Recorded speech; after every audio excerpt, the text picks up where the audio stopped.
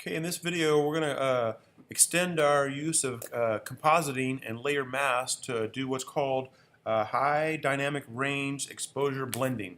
So a fancy word for using multiple photos to come up with the best of each photo to make your final output. So what we've got in front of us is I've already added a few layers here and I've got my final result. So what I'm going to do is I'm going to show you what each layer had on it, show you how it worked with the mask that we created for it, and then we'll go back through the process and take all those things off and rebuild it and hopefully get something that's pretty close to what we started with. So here's the story. We have a series of 4 photographs that we're all taken with different light exposure settings. So there are some cameras, like our new Canon one, can take, you click one time and it'll take a series of photos for you. So basically I'll show you. This is the best photo we had out of the group of 4. Actually, yeah, 4 of them that we used here. So if I turn it off, you'll kind of see that's the first layer. So that was our best one. We had a layer that was slightly overexposed. You can kind of tell here it was pretty bright. So there's a lot of light flooding in here. But that might bring in more details on other parts of this image that we didn't have from our original layer. So we'll probably pick and choose the favorite parts of that image to complement our best one. So another one we had was also another one that was slightly overexposed. We probably could just use 3 is most commonly used, but up to 5 is probably also a possible way. But it just gets a little more complicated. So again, here's another layers, again overexposed a little bit, too much light flooding into the lens, but it's still pretty good. And then finally we have one that's underexposed. It's pretty dark, but in this one you might be able to see that some of the parts of the image are much better. The outdoor scenery and vegetation looks a lot brighter. There's other parts of this image that are improvements over the original one. So if I toggle that on and off, you can kind of see the difference between the two. So it's not a dramatic use of that one, but what we're going to try to do is, let me go ahead and enable these layer masks and show you what the net result was for the project, and then we can try to rebuild this together here real quick.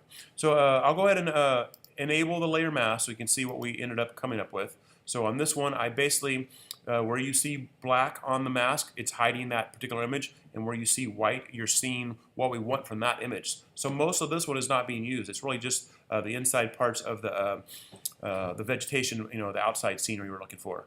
So if I decided to edit that one, I'll show you real fast. If I wanted to hide part of that, I've got black going here, and I can paint in that area, and basically it's going to show still the same subject. It just is going to end up using more of the imagery that's from the bottom layer below it. So if I wanted to bring it back into focus, I can add a little more white to this area and try to use this, more of this particular layer to, enhance the photo. So that's kind of what I've already kind of taken care of. If you notice how this mask turned out, kind of see it's really not making a big change. So I've already kind of done that part. So let's turn on the next one and see what happens on that one. So this one, I don't have the mask enabled. So if I turn it on, you're going to pretty much see everything from that layer. But we're only going to pick the favorite parts of it. So again, I'll enable the layer mask, and you can kind of see, we've combined a couple other things now to enhance that photo. This one, some of the brightness we liked brings out some details in the wood grain, also in the couch. If you kind of see if I toggle that on and off.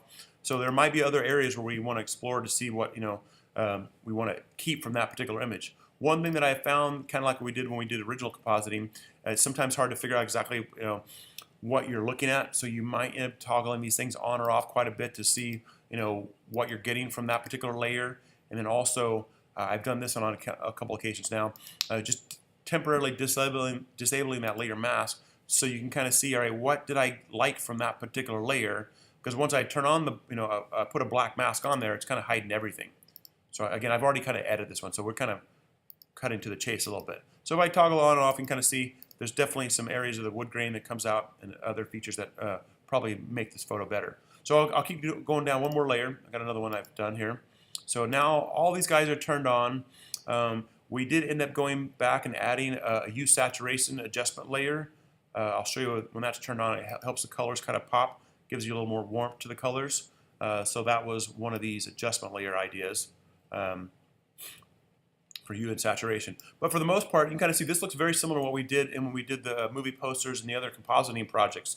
So that is kind of part 1. I'm going to stop this video and then restart it, and we're going to do part 2 of this idea.